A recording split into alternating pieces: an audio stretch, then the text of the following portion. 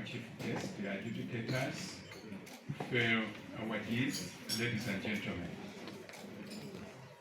It is indeed an honor for me to have been recognized and given this award together with all the awardees, especially that I've been given this award with my former lecturer, Dr. Musenero.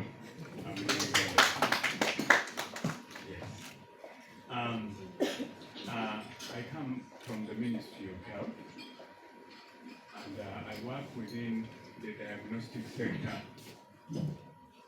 My minister would have been happy to be here, but she's tied up, and she delegated somebody to be here on her behalf, one of my seniors behind there, but I'm really grateful for the recognition. My journey of transforming diagnostic services in Uganda started in 2006 when I was appointed to head the early infant diagnosis program. In that program, we needed diagnostic capacity that we did not have within the public sector.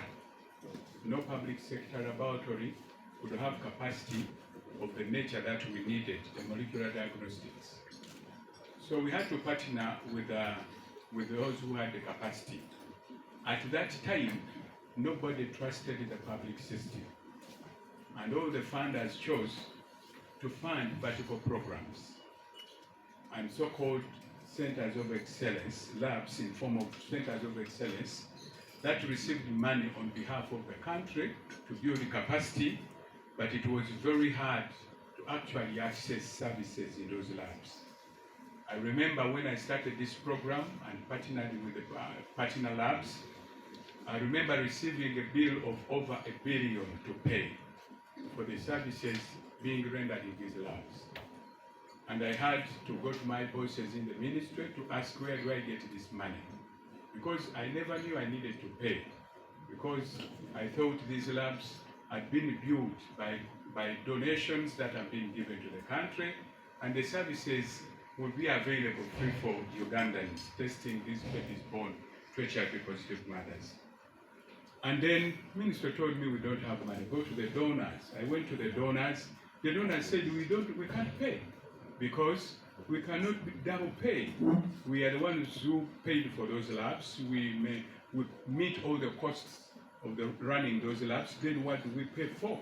And then the labs were saying, unless you pay, our money don't bring back your samples here.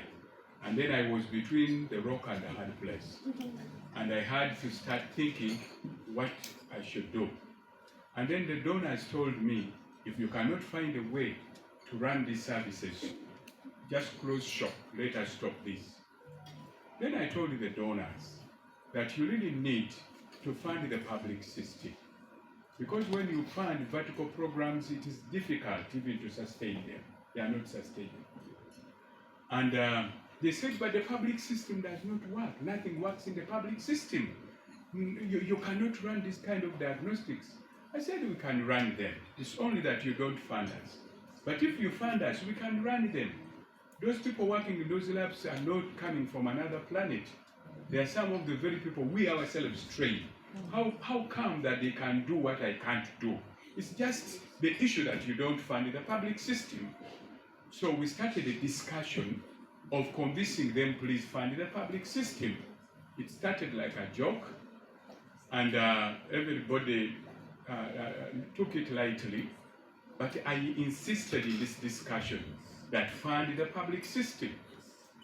And I over-insisted that eventually people started listening. And when people realized that the discussion was getting real tough, the owners of those labs were a bit threatened, and they felt like they are going to lose funding. So then, that's why I am happy to receive this peace award. It became a very big challenge to navigate. That people were threatened, that the discussion should stop. I remember my boss, my commissioner, and my program manager for the AIDS control program calling me to their office. And they told me, Charles, can we stop this discussion? Can we stop it here? Otherwise, it is very dangerous. I told them, why do we stop? They said, you know, it is dangerous. You can even lose your life in this discussion.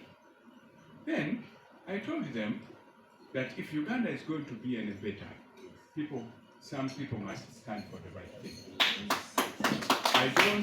I don't mind dying because none of us is not going to die. But I'll be happy to die for something I believe in. And whoever will remain and read the scripts, they will be inspired and they will carry on the fight. And then my bosses told me, let us just pray for you. Let us just pray for you. We hope you survive. I told them, whatever it will be, I'm ready to face whatever this will call for. Then they told me, we will never step back in those meetings. And for sure, that was it. The discussions continued between the donors, the partners, and only me from the ministry. Because I was too small to deal with, but the other big people were threatened. So I continued in these meetings. Sometimes they were getting too violent, a bit personal, with a lot of threats, but I remained very firm. And I said, what I'm saying, fund the public system. And sometimes I was being blackmailed, that I'm being used by foreign agents to disorganize the country. I said, who is disorganizing the country? Somebody who is negotiating on behalf of the country is the one disorganizing the country. Okay, the facts will tell. And eventually the discussion stagnated in country. That because of funding frameworks between our funders, somehow we are discussing but not making headway. But I was alone facing up with all these partners. Then a chance came in 2010. I was invited to a meeting in the US in San Francisco to go and present my work. I went and made a presentation. And in that presentation I said, all this work is threatened to come to halt because of the funding frameworks in the country. That whatever you people are funding are killing the public system. If you don't change your funding mechanism, even the small bit that is there in the public system is being extinguished. What will happen when your money is no more? People heard this for the first time in a plenary in San Francisco, and everybody was in shock. They're saying, vertical programs, what do you mean? So when I came out of that presentation, I was told I need to meet the press. The press is interested in what I was saying, so there's going to be a press meeting for me tomorrow to meet the global press. Then I went to meet the global press. I remember when I went to go to the press room, the partners wanted to enter, but they were all blocked. They told them, you're not entering here. So I entered alone with the two experts from UNICEF New York, because UNICEF had sponsored me to go. So they sent me two experts to back me up to meet the press. I entered in an auditorium bigger than here with about 300 people. And I saw a podium having over 80 microphones. And they told me, please go up there. Make the presentation you made in the plenary yesterday and answer the questions from the press. So I made the presentation and the press started asking me questions. All the global press was there. After I came out of, for about 1.5 hours, after I came out of that meeting, the partners were waiting for me. They almost wanted to tear me in pieces. The scene was too scary that security had to come and whisk me away. Because over 200 people surrounded us, the scene was very horrible. That they were asking me what they did to me to frustrate them to that level. And we must sort it there and then. Banging tables and shouting and whatever. Security had to come and whisk me away and took me to a room and asked me what is causing all this. Then the discussion which had stagnated in the country was already at a global level. I didn't know that was a blessing in disguise. It became a big scene that it became a whole talk around the conference. It was a big conference of about 15 people, but everybody was wondering what is happening. PEPFAR headquarters had to call an emergency meeting, calling PEPFAR Uganda to tell them what is causing this kind of a fracas. And they told me, that man is leading a discussion which is very difficult and tricky for us. He's telling us to find public systems, but we know they don't work. And this is what is causing all this. Then in that meeting they agreed, find him money and let him just give him money, some money, to try out what he's trying to say. Let him demonstrate that. And when I came back, the meetings did not continue. After about 1-2 months, I received a call from the director of CDC lab branch telling me, Charles, we got you money. And we got it at a partner, put it at a partner X, use that money the way you want and demonstrate what you're trying to say. That was in 2010. And then we set up our first molecular lab in a public system. And from there, things began changing. Those of you who have gone to Butabika, the Center for Lab Services in Butabika, that whatever you see there came out of this kind of revolution that I spearheaded.